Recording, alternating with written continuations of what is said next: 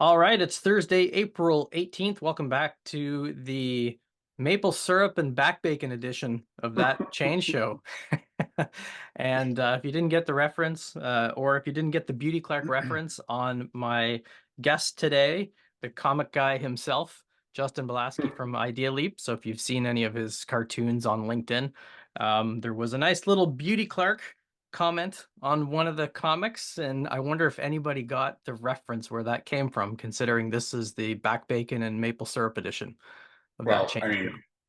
two things. First, Canadian back bacon. That's the thing. We need to delineate there. And second, I had to look up Beauty Clark myself. So I don't know what that says about me as a fellow Canadian. Uh-oh. Strange Yeah. brew. Yeah, I know. I know. As Yeah. soon as I looked it up, I was like, I should know this. Yeah. Yeah. I was gonna say before we planned this, I thought we should have dressed up as Bob and Doug, eh? Yeah. Well, we'll say enough age during this interview, I'm sure. So, So we're going to be chatting about change agility today, but just mhm. give the viewers, if you're watching this on YouTube or if you're listening in at thatchangeshow.com or in your favorite podcast listener thingamajiggy, tell the audience a little bit about yourself. Me, I'm a career change management guy. I was lucky enough to, come across your work, Jason, back in 2012 when I was struggling with change management and traditional heavyweight processes, and it changed my career. And I started pivoting, doing lean change work, and then I launched Idea Leap in 2019 as just a way to put my voice out there about change management. I just want to kind of, and whoever liked it was going to like it, and whoever didn't was not. That's fine. And I think it was around that same time that I became a lean change facilitator, through you, and we connected, and I've been doing it ever since. And it's been amazing. I mean, ideally, it's kind of taken off on its own, thing as well with the visuals, which kind of took a life of their own, which people really like. And other than that, I'm a practicing consultant, so I'm applying lean change practices every day and what I do. That's all I do, and I'm teaching it through the Lean Change workshops. So that's a little bit about me. Right on. So Yeah. did you get into doing change work right out of school, or did you come from a different uh, profession before you got into doing change stuff? Yeah. So I say career change guy. I mean, it's kind of like there was my early life, but it seems so far away different that I don't count it. But no, I spent actually a number of years working in like retail operations. So like a district manager for companies like not Foot Locker and Sport Check themselves, but same type of sporting good companies. And then, in my date myself here, but in my early 30s, I decided to go back to graduate school and do an MBA. And because I wanted to pivot to a different kind of career. And that's actually when I got exposed to change management for the first time. There was a course in there. And ironically, all the stuff I learned in the course now is stuff that it just feels so dated, right? Like the old models and stuff like that.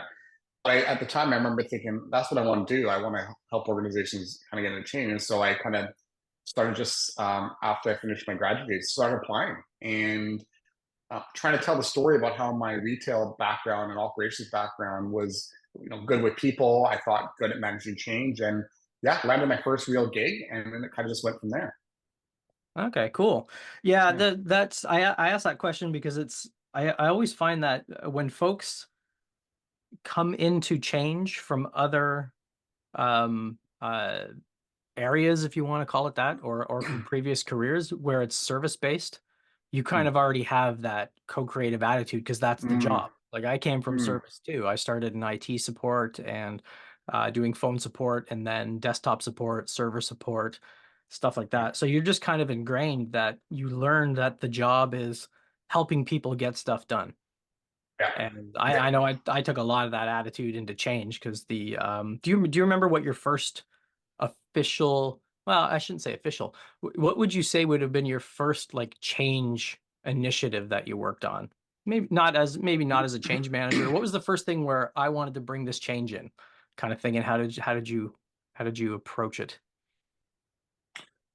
So like I was, even before working in change management type of Yeah. thing. Yeah, it could be anything. Yeah, I mean, I had an early job where I had a really cool job for change management too. Don't get me wrong. One of them was I was the global brand manager for the world's largest scuba diving equipment manufacturer, and I'm a big scuba diver, and and we had affiliates around the world, like France and the US and all over the place. And it was really around when launching new products and stuff to the global market, trying to get everybody aligned around the messaging, the kind of marketing, even the price points, how you position these products, right? Was I think probably when I think back, that was a lot of change management work, right? It was a lot of having dialogue, conversations with different cultures too. And so it was kind of thrown right into the deep end right away. Probably some of the most complex work I ever did before I even got into change management, right? Um, which is why I always tell people who want to get into change management is you need to tell the story of what you're doing. You're doing stuff right now if you come from that kind of background. And it's just flipping the script and understanding how that relates to change management to get you kind of into the field. Yeah, the first one I remember was taking our procedural binders and building a web app out of it at the Mm, call center. Just be out of necessity more than anything else. It was just we had 60 call center agents and all just hated this. Like we had it was a global call center. So somebody would call from Raleigh, North Carolina and be like, the voicemail on my phone doesn't work. Can you reset my password? And we have to flip these gigantic binders open and find all the mainframe codes and then route it. And the change we wanted to implement was we just built a web app to make it easier to look mm, stuff up. And then from there it was, all the stuff that you would do in change management, how do you tell people that or how do you get people on the bus to use this thing? But it yeah. was us that was actually building it. The people that were affected by it wanted to build this thing to make our lives a lot easier because it was just such a pain. I mean, you get one office that gets shut down and you got to go through these 500 pages and go, oh, I got to tear out all these mainframe codes and replace them with the new thing. And it was just such a pain and much easier to do in database and stuff. So I find, from what you described, that whole attitude towards change agility, which Mm, we'll chat about, tends to come from, you know, being involved in service related functions and just knowing mm. I got to work with the people that have to live with this. Yeah. And Yeah. I think, indeed, I think that it also comes from knowing that you're not going to have things perfect up front, and you can plan it all you want, and then when you get out there. I mean, I remember going back to the marketing, the global brand marketing um, scenario. We would there would be these big plans we put in place, right? Called marketing plans, positioning, that kind of stuff, and then we'd have these like nice juiced up glossy binders and presentations, and we get out there to the field, and it was just basically tearing pages out of them. You know what I mean? And just kind of like iterating and pivoting and changing direction over time. And so I think I learned early on that not to be so beholden to those type of plans and expect things to change. And then as I kind of got into change management and my knowledge and experience grew, I just realized that okay, now we can plan differently and do all this kind of good stuff we're going to talk about. But I think when I think about change agility, which is what we're going to talk about today, I learned a lot of lessons from those early days that I'm now able to go back to. And back then, they just seemed that was normal. That's what we had to do. It was just just had to get things done and get people aligned around this, and we did what we had to do, right? So same kind of mentality, I think. Yeah, I think it's cool that we kind of arrived at the same place from different dimensions. You know, like I came from software and intentionally from like agile coaching and consulting, and then Mm, very quickly realized that this agile stuff has nothing to do with agile and it's all about change. But I think we have a pretty similar stance on how we approach change in general, even before all of the change agility or lean change ideas or stuff. There's just, I think, just something about temperament that naturally leads you into trying to figure out the lightest way to approach a mm. change. So with like that phrase change agility, if you had to put a definition on it, what would you say it is? Minimizing speed to pivoting. Mm. Oh, okay. So yeah, so I found, and I was guilty of this as well. The term agility has been conflated with velocity. It feels like in a lot of areas, whether you're doing like agile development work and or whatever, but just agility in general is everybody, and especially around senior leaders and such, right? They see we want to go faster, faster, faster. Which of course is not what agile is all about. And so, for me, the big different thing I've been talking a lot lately is that change agility is not about just doing change faster at people. You can't. It's about how fast you can change your approach to change and pivot and go in a different direction. And so that's how I've been defining it, is that, yeah, it's about speed of pivoting. And that, in fact, I think one of the paradoxical things about agility is that it can conceivably slow you down at times, right? It's, you know what I mean? If you want to think about it, it's like, well, it's the thing we're doing. Do we need to do anything right now? Maybe we don't. Maybe we just need to pause.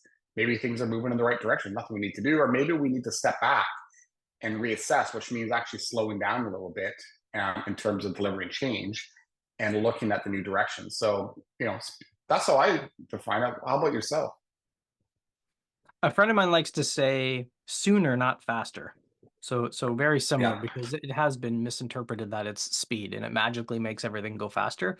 Mm, Um, I tend to go with the sooner, not faster as well, and it just means the sooner you act on the system that you're trying to change, the sooner you're going to get feedback about what that reaction is, and then you've mm, got to figure out how to separate the signal and the noise, because there's mm, always noise, right? You talk about back in my day, in early agile, we always used to say things like, you've got to slow down to speed up, which means, mm, at least agile when you're using it in software, better testing practices, using extreme programming, right? It takes time and effort to slow down and upskill right. teams on those techniques. Plus, depending on the state of your application, a lot of the places where I work, you could call them technically bankrupt, right? They've got no automated tests. They've got, I think the worst I ever saw was they didn't even have source control. They were emailing binary files back and forth, and I was like, oh my God. Mm, So yeah. you really have to, not just get trapped in your IT bubble Yeah. and try to figure out what is the consequence to the greater organization when we in IT want to use these. And back then, when we were talking about agile, I think the best the agile community could do at the time was, it's not just an IT thing and it's not a silver bullet, but everybody Mm, still acted that way, and we still kind of say those same things. yeah. So for me, it's about taking action based on what we know now, and um, planning to replan when things change. Yeah. Indeed. Have the, the big picture, vision where you want to go, and then start to work in, like we say, shorter time rather than smaller chunks, more of that just in time type of planning, right? Based on, so when we go back to definition, one little, phrase that I whipped up to help people think about this is what I call the three M's. That change agility is about minimizing time to pivoting, by minimizing time to learning, by minimizing time to action. So same kind of concept is that you don't know which way you need to go until you learn from the system, like what kind of impact you're having. Is this approach working? Are these messages landing? Right? All that kind of good stuff.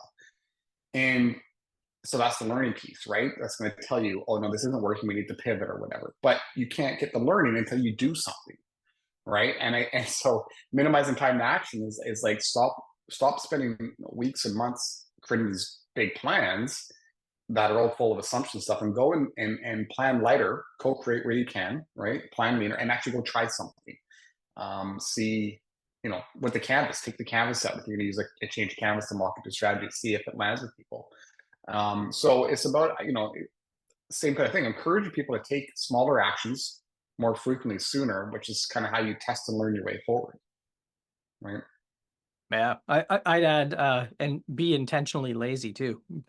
And by lazy, I mean it's so much easier to just go and talk to people and start doing stuff Yes. than it is to lock Yeah. yourself in an office inside your brain and play the Marvel what if scenarios. Like, Yes. Yes. A oh, lot what less if the leaders frustrating. don't like it? Yeah. What if the teams do this? Or what if this happens and that happens? I have to What have if all they these. resist this, and what if they do that? I mean, Yeah. you're trying to predict the future. I mean, this is why, like, so going back to, I made that pivot in my early career into change management, and my first gig was for a government agency, and within 6 months I was ready to quit. I thought I made a terrible mistake in change management, because all I was doing was planning and analysis and making stuff up. I felt like, and nothing was moving the needle. And then, when I came across, the business model canvas, started playing with that, and then lean change management. So, you were doing canvases, and immediately when I started saying, I'm going to leave this Word document, take this kind of canvas and go talk to people, things changed. Not only was it more effective, it was more fun.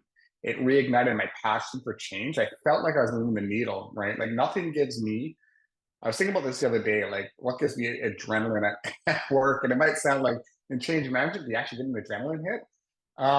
But for me, it's when I do something or say something or bring people together and set the context and you see people go, oh, or aha, and the lights go off and the alignment's made. And then I feel like I've done a good day's work. Like, you know what I mean? That's my job there to do. And so, you know, um, it's reigniting my passion for change and going to talk to people and that kind of thing. And I think there's one other big thing it does. If you really want to get to agility, I think that as change agents, we need to let go of a couple things. And you talk a lot about this in the four dimensions of change, like who we are as people has an outsized impact on change. For me, it's the ego part, and I catch that sometimes, even myself, where you build this cool plan and nobody wants it or they don't follow it, and you think, oh, and then you start getting upset that they're not doing it, and it's a them problem. But it's not a them problem, right? It's the fact that we built something without talking to anybody or testing it out, and it's kind of an us problem. So look in the mirror type of thing, right? And so letting go of that ego, and even today, like even working in a more agile way, if I suggest something or do something and people don't want to do it, you know what I mean? Or it doesn't work out, but normally it does. It's just letting go of that ego and realizing the system's not there. There's things that are outside of my control and I can't control everything, right? So it's not my fault. Let's pivot and try something different, right? So to keep going down that direction. Where do you think some of the egocentric stuff comes from? I see a lot of Mm, we are the change leaders as the yeah. change managers, and I've always 100% disagreed with that statement. We're not the face of it, right? Like I've Mm, been internal, I've been external, and a lot of the times they want to prop you up as the external, as the face of the change. One, because I think it gives them an out. They've got somebody else that, you know, your face is on the change. Therefore, yeah. when the change doesn't go well, it's your face that's out of the building. Yeah. Yeah. Yeah. You know what I mean? So in one Yeah. sense, it's easier to give people an out. And the second, the expectation sometimes I find is that when you are brought in as the lead change manager or the agile coach or the external consultant, that you're going to drive the change, you're going to Yeah. lead the change. And I've always thought that's definitely not Mm, the way it should be. You should be in the back seat with the right. sunshade pulled down so nobody can see you. Yeah. Because that, yeah. Yeah. I mean, this is something I talk about a lot, and even in the lean change agent workshop, we always have some good discussions around it. And where does fault lie? I mean, it's hard. I mean, I think that there's a few different areas. Certainly, the our certification ecosystem, I think, has contributed to this. People go out and get a 3-day certification, change management, and then they come in and they're like, I'm a certified change management professional now. You know what I mean? And so I think that's where some of the ego sometimes comes from, right? When you come out and you're like, well, I'm the change manager, and I said to do this, and you're not doing it, right? So that I think that's part of the problem. But I think that whole certification ecosystem not only has it done some disservice there for change managers, but also for our organizations and the leadership within, right? So it's created, I think, this kind of context or this false narrative that change managers will lead the change. I mean, it's in the title is inherent change manager. And so, I mean, that's a whole nother debate. I don't think that, the title's not going to change, but it's created that kind of, I think, context that we have a change manager. And, you know, for leaders, I think that, I think that leaders care and they want change to work well. They're just super busy, and their organization, this is part of the whole systems piece. The system, they're failing to their system, right? They're not given the latitude to step into change and actually lead it. They're so busy with run the business, day-to-day operations. And, speaking of cartoons, I did one once that showed how leaders create value then versus now. And then was, a circle, a pie chart, and it was all essentially operations and maybe a little sliver of change. And now I kind of split it 50-50, and might maybe even be more for its change. But the premise being you got to have one foot on both sides, right? If you're going to be successful, right? But I think that leaders, going back to the question, they want that out a little bit, and they want to know that it's taken care of, so they kind of pass the buck a little bit, and it's causing a lot of challenge with our change initiatives going on. So, well, that's my kind of perspective. How do you see it? Mm. Yeah, it's delegation by necessity. Yeah, We yeah, forget, and I'm guilty. I've been guilty of this too, but I think we forget people have day jobs, right, right? exactly. If Yeah, if you had that pie chart and you're like, how much of the percentage of this pie chart is our brains thinking about the change? It's like a 99%. And the people who actually have to live with the consequence, it's 1% for yeah, them because they got yeah, day jobs. Like yeah, they're busy. They got releases to get out. They've got marketing programs to do or whatever it is. And I think it's just one more thing on the pile, especially nowadays. I've talked about this a lot with other organizations and a bunch of people over the last probably year and a half, I guess. Like once post COVID kind of went back to normal, even though it's not really back to normal. There's more, I think, awareness about. I don't want to use the term work-life fusion, but there's two pre-COVID, those things were much more separate, right? You go to work yeah, at 9, you come home at yeah, 5. Now it's you might get up at 6 in the morning and do emails for a couple of hours, and then you go get yeah. the kids ready, you take them to school, you go do your first Zoom call from the school parking lot. You're just Mm, oversaturated with things not being able to get into a good routine right. that now you've got this change person who's trying to get you into a session to do alignment around this new thing, and you're like, can I just like have a day off from this? Can I just Yeah, yeah. Well, I mean, I think, I think part of it, and if you look at relevant to agility, and this is a big one, but I mean, I know this isn't going to happen overnight, but I think that the way a lot of organizations treat initiatives as like orbiting moons, right? Like if they're the mothership and the initiatives are kind of out there, they're floating out there, and when we're ready to change, we'll bring them into the organization, with the big bang, go live, that kind of thing. And I think that that's a big problem too. It's created also this narrative for change agents, especially. They don't have to pay attention to this stuff until somebody brings it to you, right? And then that's when they care, and that's when things happen, and that kind of thing. And I think that, yeah, I mean, and I think going back to the thing about people don't care about it, it's because they see it as not their job, really, right? And they're so focused on their day-to-day job, and that's why I think the most agile organizations they don't treat change as a separate things floating out there as part of everybody's job, right? Like, and so one thing that I've been really over the years experiment with and trying to encourage people to do is get employees to employees lead the change initiative. And I've actually started to find that relying less on senior leaders gives me better agility, right? This whole narrative that we need senior leaders to sponsor to do everything for us, I just don't see it actually work in real life. It actually slows you down tremendously. Instead, build that relationship. They're good. They like to see things happening. Good. I'm going to go and work with people and have them pull changes and start to implement, right? And just use the sponsor as kind of an approver, if you will, right? Like employees lead the change and implement it. The sponsors just checking off on it. And I find that's it kind of flips the script a little bit on things as well, Oh yeah, right? yeah, I completely agree. I think there's too much stock and emphasis put on getting leadership buy-in when I find Hmm. as as long as they're not being surprised with bad news, Right. they really don't. I shouldn't say they don't care. I should say they've got other things to think about, Yeah. you know. And as long as, you know, they're not the last to know about something, if something is off the rails or if there's bad news, they're fine. But they don't have to be actively involved every day. Right. Like we kind of see people post about, we need active stakeholder engagement. And I think the stakeholder word's a tricky one too, because I think people throw it out there, and some, when they say stakeholder, they mean C-level people. Hmm. And some people, like when I say stakeholder, I mean anybody who's affected by it. So that might Hmm. be like the junior tester on the team who's has to use a Exactly. new tool or whatever it is. Those are the stakeholders. So it's focus on those stakeholders that find value in it, think it's useful, and you don't need everybody. You need like a Yeah. handful of strong influencers because not everybody's impacted in the same way at the same time.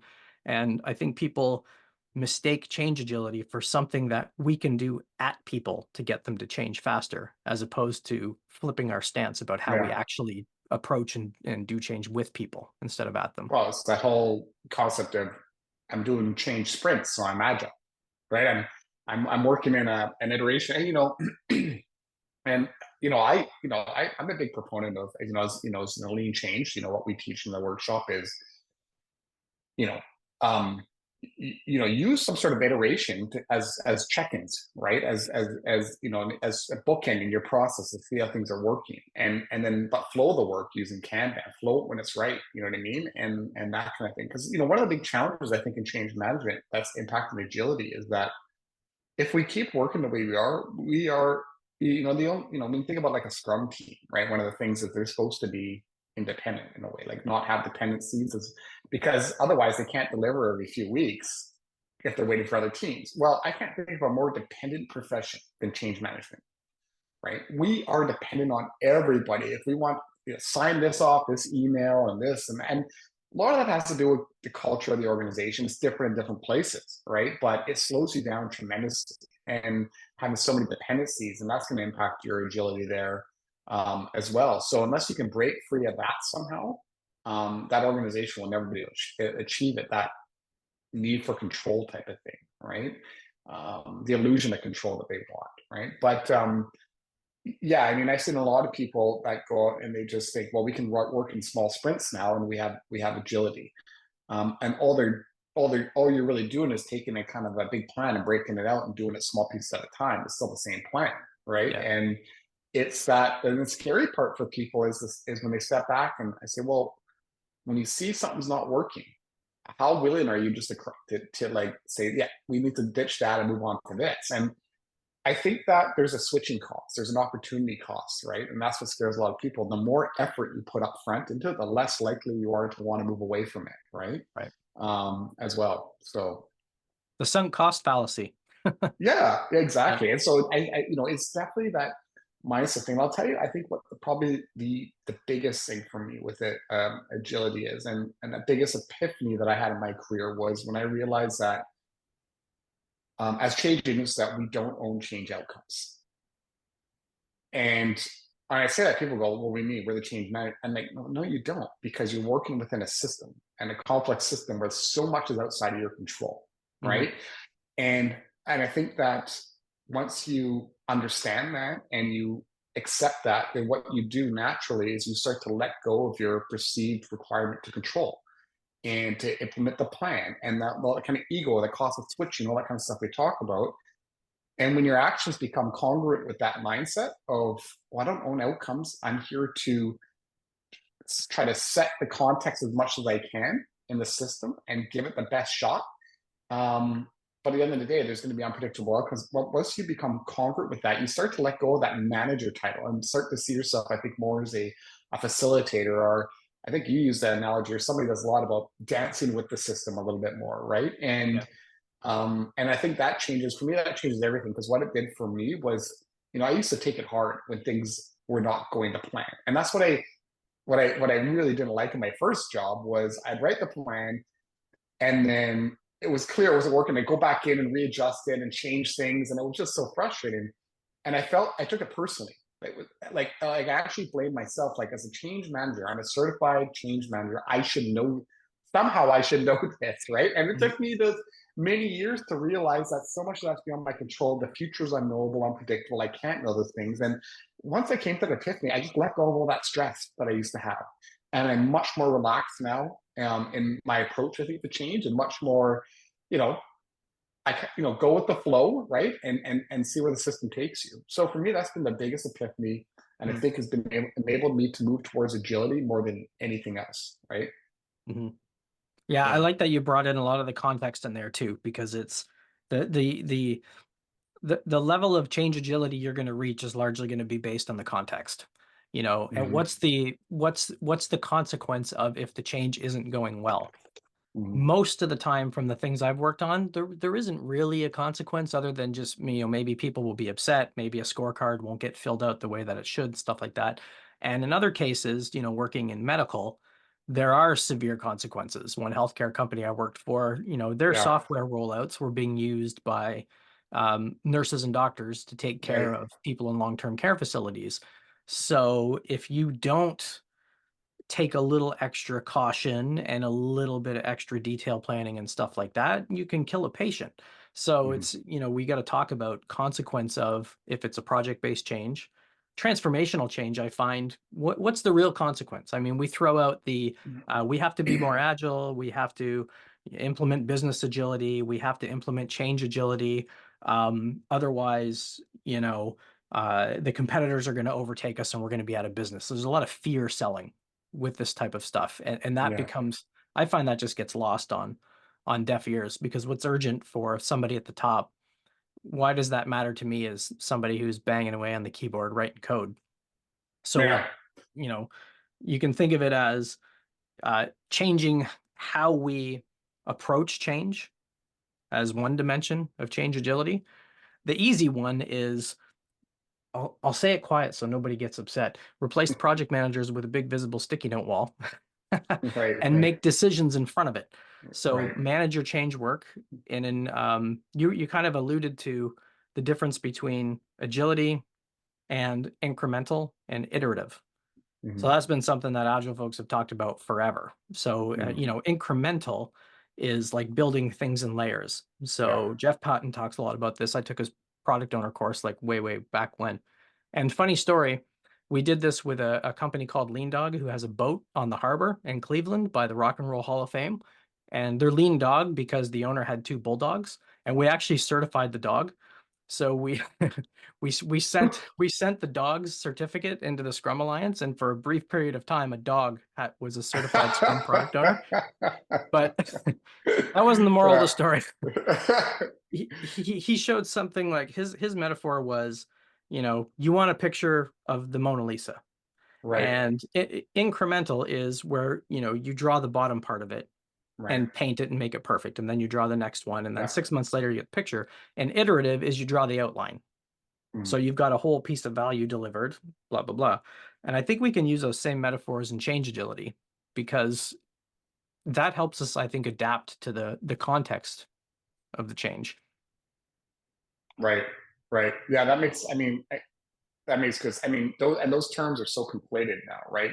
Working in sprints, iterative, incremental, agility, they become so conflated that they've lost kind of all meaning, right?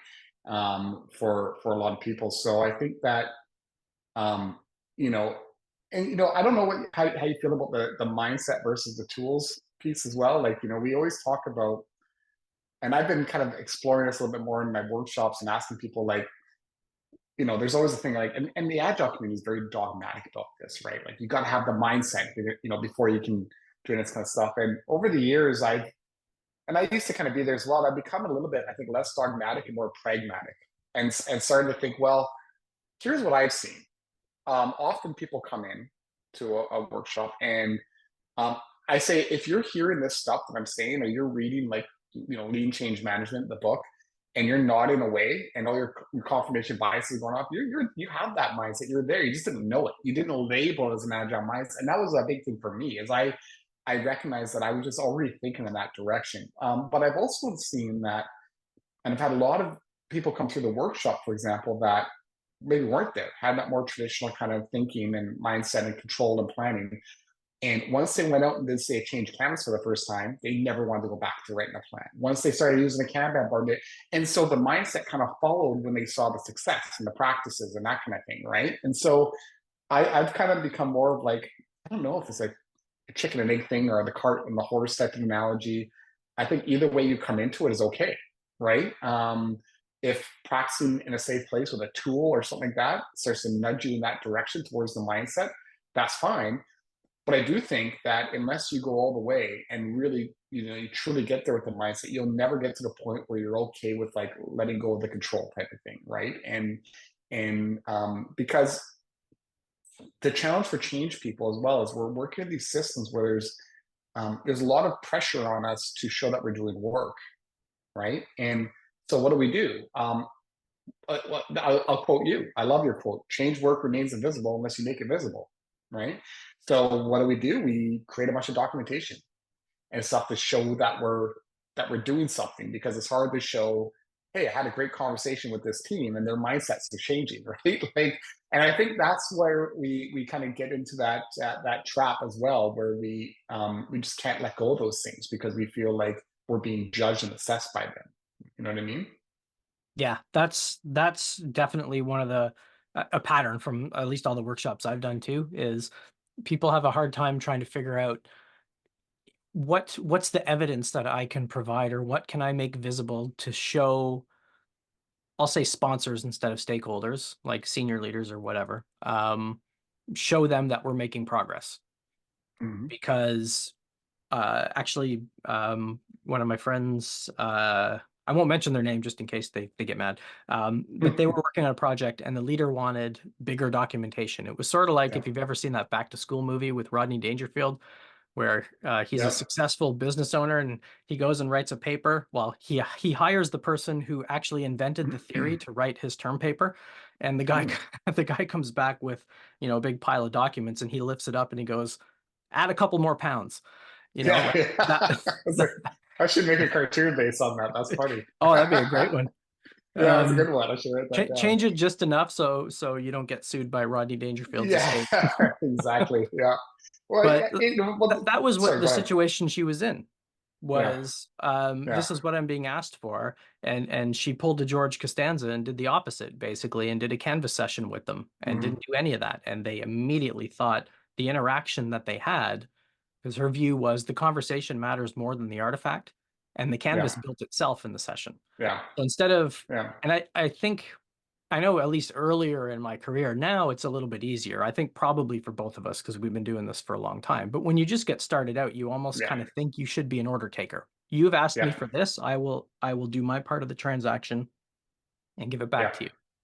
yeah. It's hard, and you're touching on a lot of stuff there around, the agility. You got to work within the context you're in as well, right? Like, you can't just push and push and push. But here's the thing: I think that even a lot of senior, that whole order taker mentality, it stays with people for a long time. So one thing I hear a lot is, well, um, well, this looks good, but my leaders, they want the plan and they want the documentation and all that kind of stuff. And I would say, the quote they attribute to Henry Ford. I don't think it actually was him that said this, but it was something like, if I asked my customers what I wanted, they would have said a faster horse, right? That'll quote. I always say, look, if I ask my clients what they want, they'll say a bigger change plan, right? But that's actually not what they want. They just don't know what's possible, the art of the possible, what change management can be. And that again is large part because of the certificate, the industry, the factories, things like standards, right? The standard for change management and the three-phase processes and that kind of stuff. That gets ingrained in them. That's what needs to be done. And so I'm always encouraging people like, look, don't signal in advance what you're going to do, like a change canvas workshop. Just go and do it, right? And once people see it, generally people don't say, people go, "That was amazing. That was amazing." And then generally they forget about the big heavy plan. I often tell people, true story. I have not written a big heavy change document in at least 12 years, besides one time in the last few years with the one client that insisted that I do it. So I decided just to do it, to see if I still felt as frustrated, and it was a Word document, not even PowerPoint, but see if I was still as frustrated with this as I used to be. And it took me weeks to go through. There was things like, ask me in 18 months from now, when this thing goes live, how many hours are you going to have to spend on hypercare? How many hours on job? And I'm like, what? I don't, like predicting 18 months in advance, it was shocking to me, but I grinned and got through it. It took me about 3 weeks. I submitted it. You know what the feedback I got on the plan was? That I'd used the wrong font. That was it. Oh They came God. back and said, you used the wrong corporate font and that. So I talk about this a lot too in terms of agility. The opportunity cost, of what you're doing matters, right? There was a huge opportunity cost for me. Instead of spending 3 weeks doing that, I could have been out interacting with people and doing co-creation and talking, and done a lot more effort in moving the change forward in 3 weeks than I did right in that plan, right? So I think that for change agents wanting more agility, it's really no one's going to give it to them, right? No one's going to say, go be more agile. Get rid of this process. You need to actually, and that's where I think a little bit that kind of that courage and that experimentation yourself. You need to kind of live that. And I always say, like, taking small hops upstream. I mean, what is that quote? I don't know if it's from you or somebody, but don't fight the organizational current, right? You're going to Oh lose every yeah, time, that's right? from I can't. got that from Don Gray from Okay, I know ADP. it came from Yeah, somewhere. Somewhere, yes. swim with the current, and we the Yeah, activity was great because we actually took I think he had 6 or 8 different dimensions. There was power, there was, I don't remember what all the attributes were.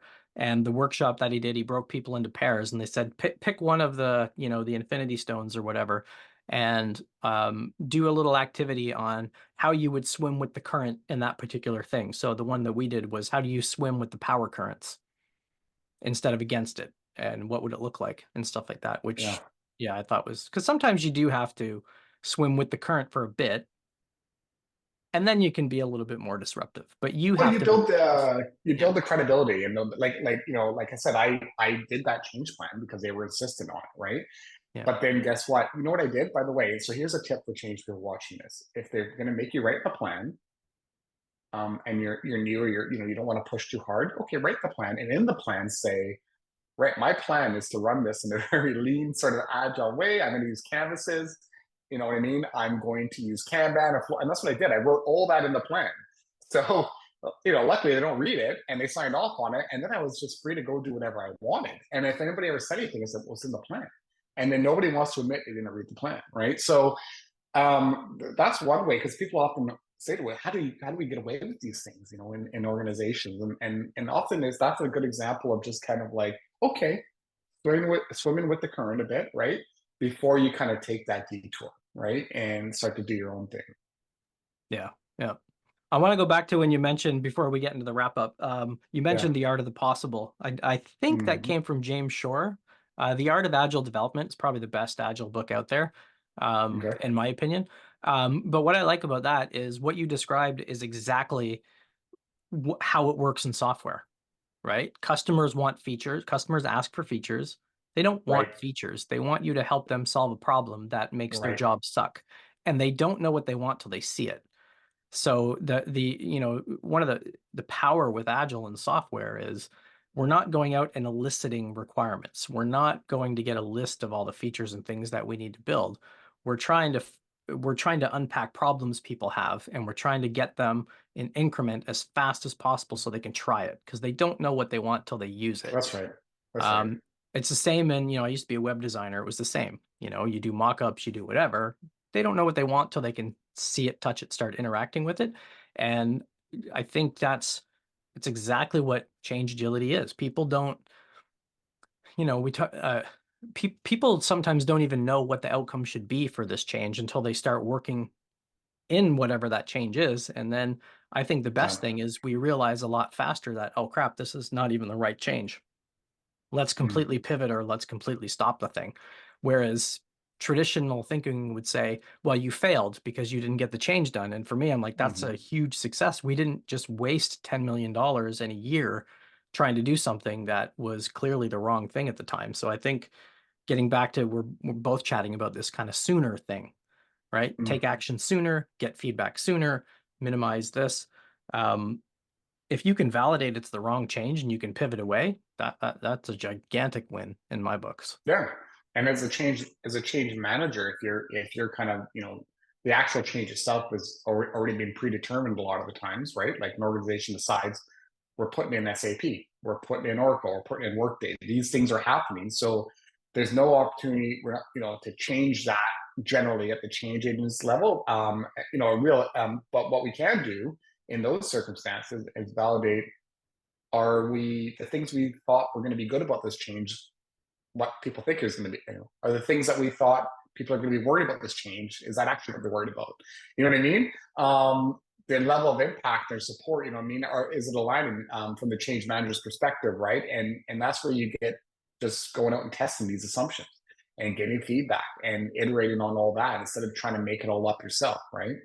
So yeah, because we're unfortunately, there's always we're going to be still working on these type of predetermined kind of waterfall linear projects for a long time. And when we talk, and often the outcome of what it's going to happen, right? The organization is going to do that. They don't really want to change that in a non-agile, kind of environment.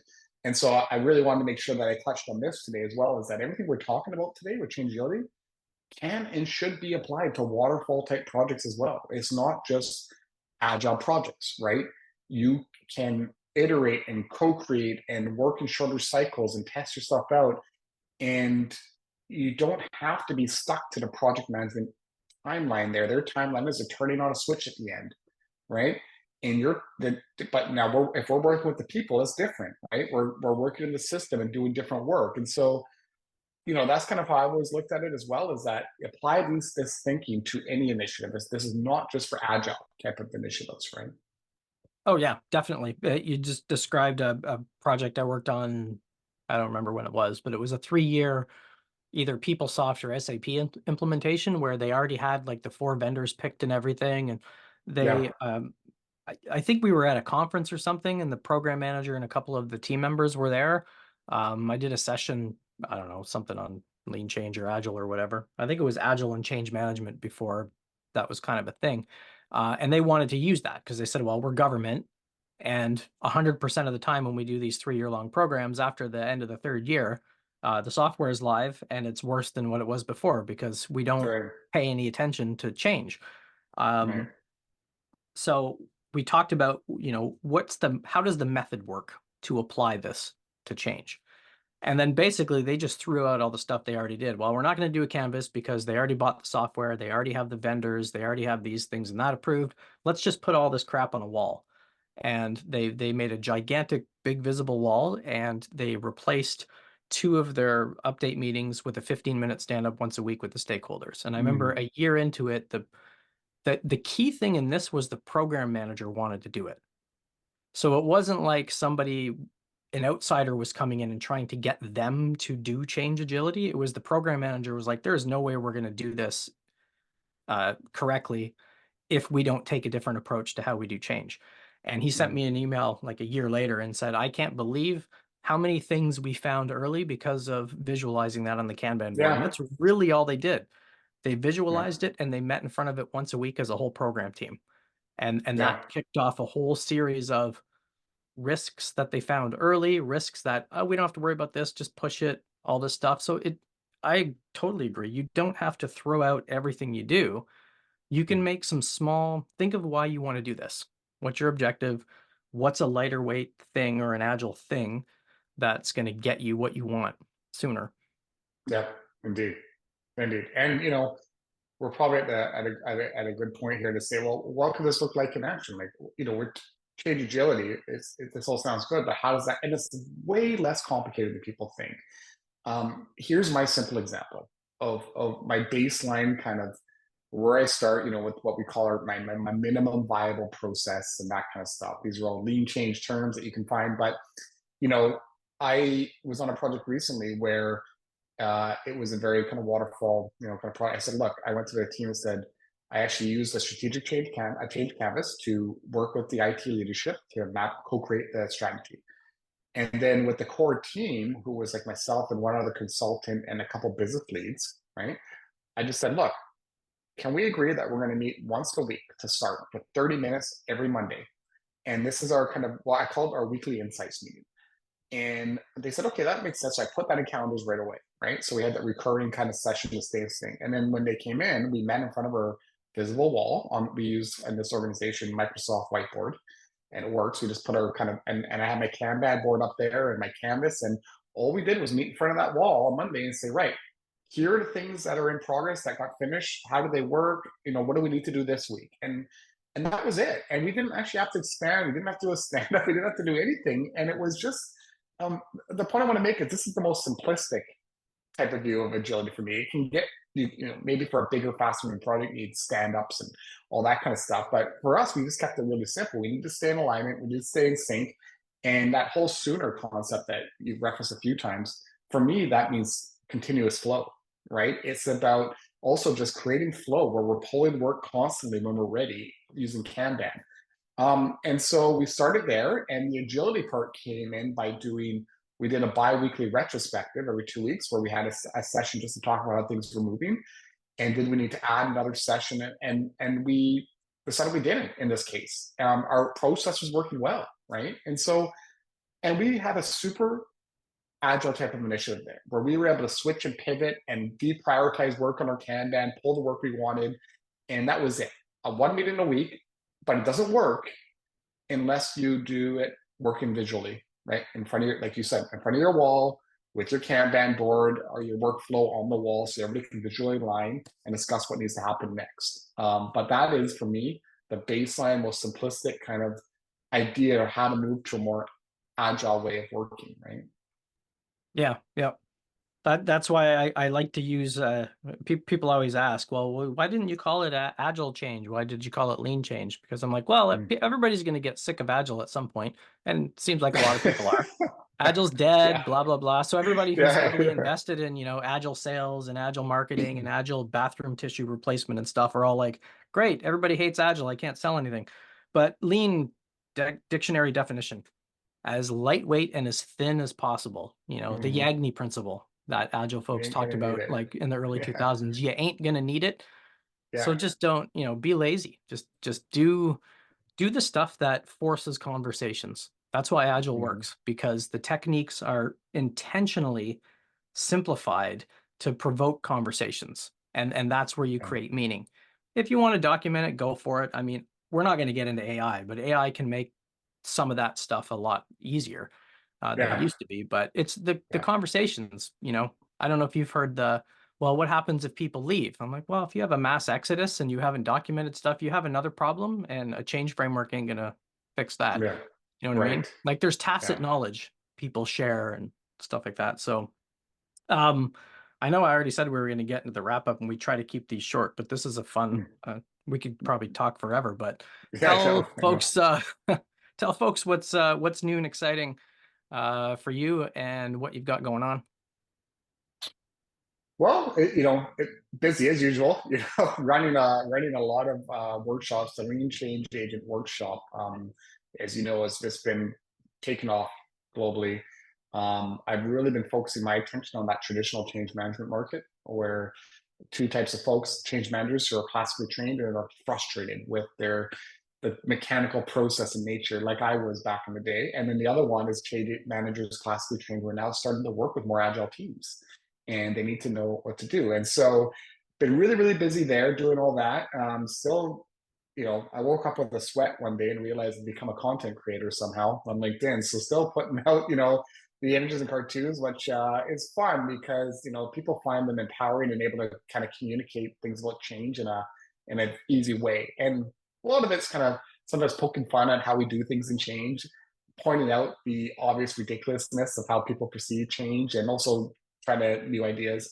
I think the kind of the big new thing for me is, as you know, and I've been saying this a lot, I have been working towards a book. If that ever happens, we'll see. But I've started to do more long form content on LinkedIn this year, and I'm hoping that eventually I can kind of start to put that all together into um, some sort of um, some sort of book. You know what I mean? So we'll see. Yeah.